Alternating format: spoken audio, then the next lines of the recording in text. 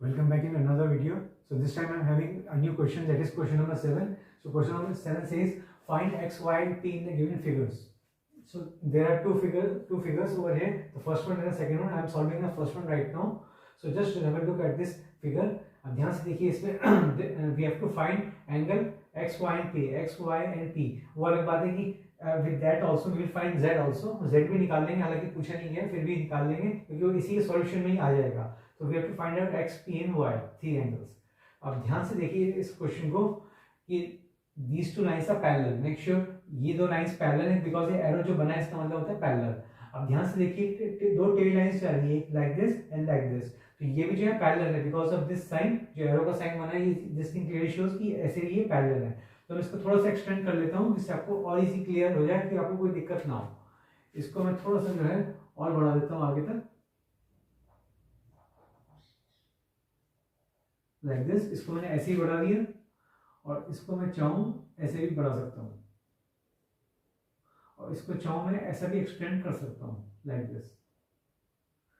So this way जो है हम जो है करते हैं. बाकी इसको भी चाहे हम एक्सटेंड कर सकते हैं, हालांकि जरूरत नहीं है तो मैंने एक्सटेंड नहीं करा है.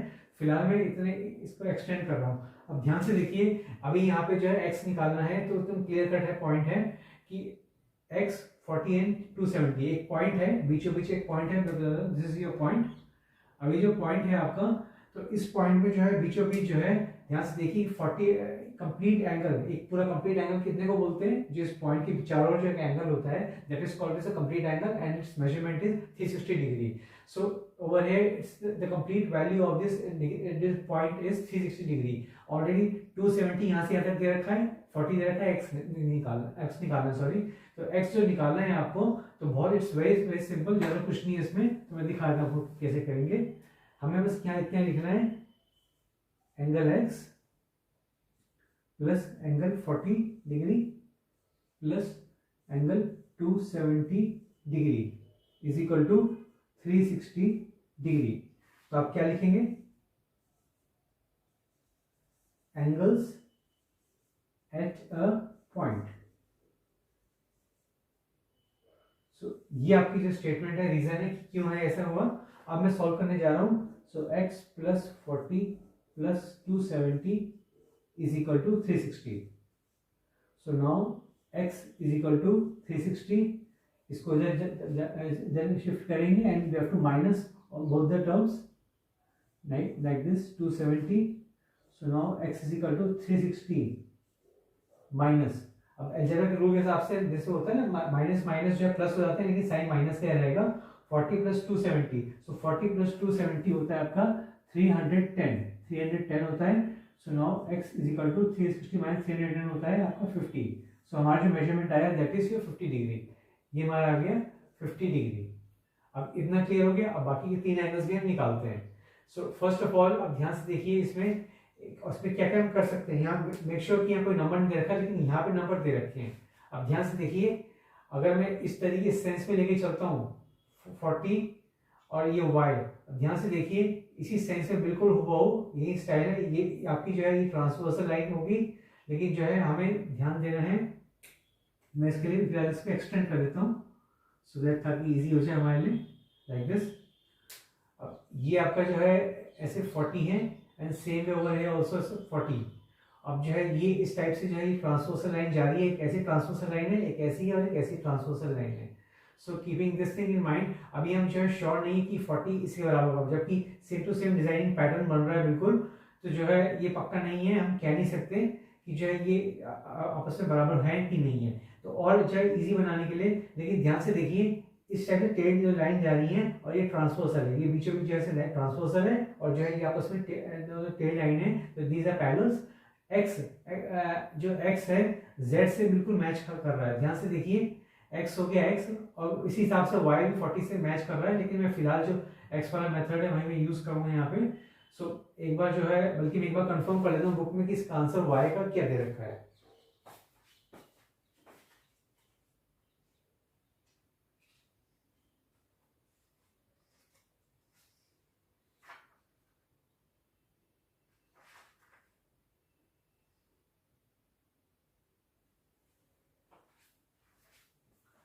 सो फ्रेंड्स इसमें जो है क्या है, यहाँ पे जो है यहाँ पे y जो है 40 के बराबर ही है और z आपका जो है x के बराबर नहीं 50 के बराबर ही है। तो मैं साफ साफ यहाँ लिख देता हूँ ताकि कोई दिक्कत ना हो। बाकी जो है एक तरीका और है सॉल्व करने का, लेकिन चलिए फिलहाल मैं सिंपल सा तरीका ले लेता हूँ। Angle y, so angle y ध्यान से देखिए टेढ़ा है और like this also. So this thing keep in mind, हम क्या लिखेंगे यहाँ पे, angle x is equal to 40 degree. Angle x 40 degree क्यों है, रीजन देना पड़ेगा। The reason is corresponding angles. So corresponding angles, इस तरह से रीजन हो गया। नाउ फॉर z पार्ट, अब एंगल z जो है हालांकि पूछा नहीं है लेकिन फिर भी हम निकाल देते हैं। एंगल z एंगल x के बराबर है। सो एंगल z x के बराबर है और रीजन क्या, अगेन बिल्कुल वैसे ही होगा, वो पैटर्न बन रहा है। ध्यान से देखिए x और z का पैटर्न वही बन रहा है और 40 और y का पैटर्न बिल्कुल वही बन रहा है। तो इसलिए जो है इसको मैं सेम टू सेम कहूंगा, that is your corresponding angles. Corresponding, तो नाउ एंगल z x कितना था, x जो है 50,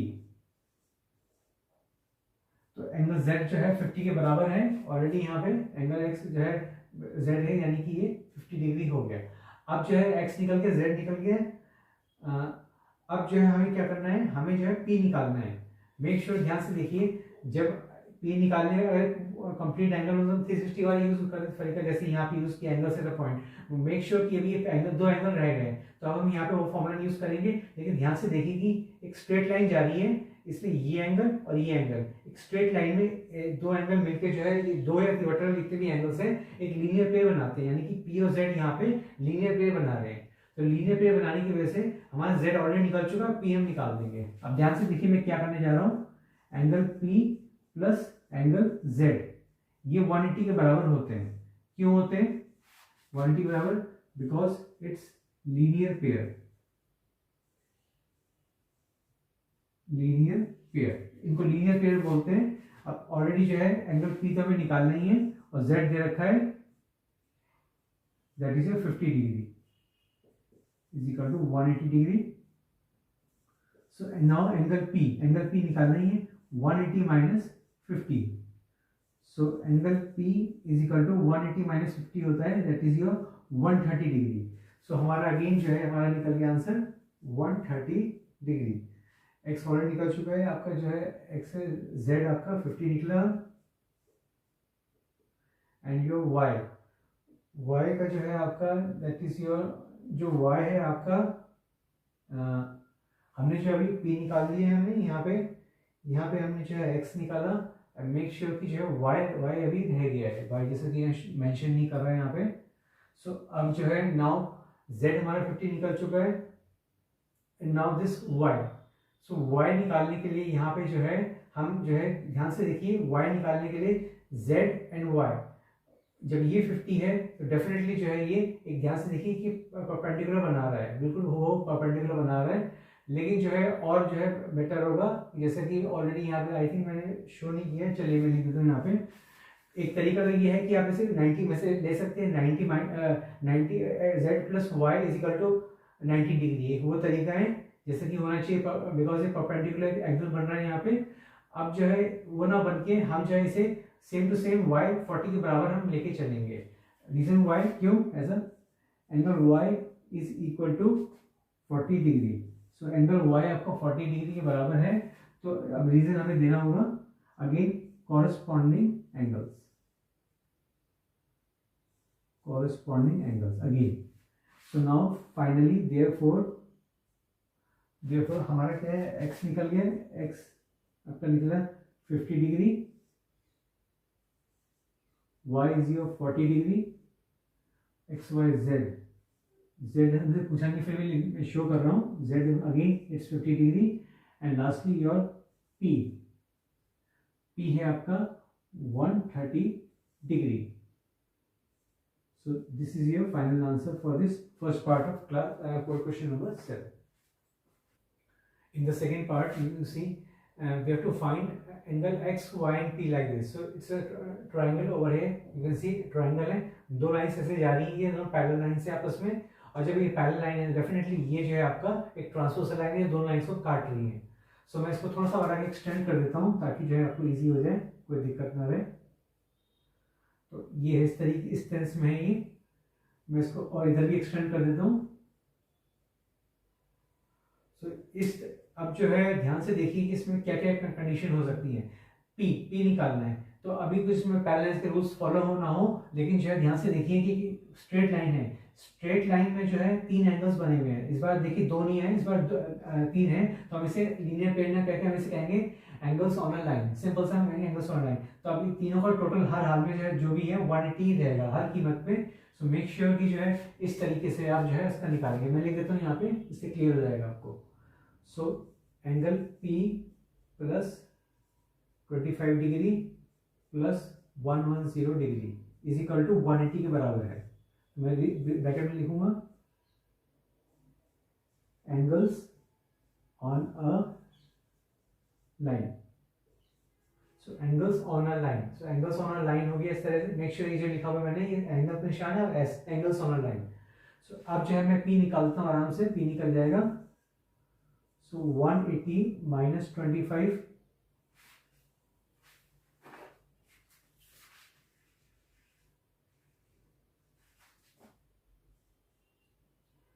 minus 25 minus 110. So 180 minus 25. So it's 135. So it's now 135. So 180 minus 135 कितना होता है? 180 minus 135 होता है, that is your 45 degree. So now we have find out the answer of angle P. So it's 45 degree.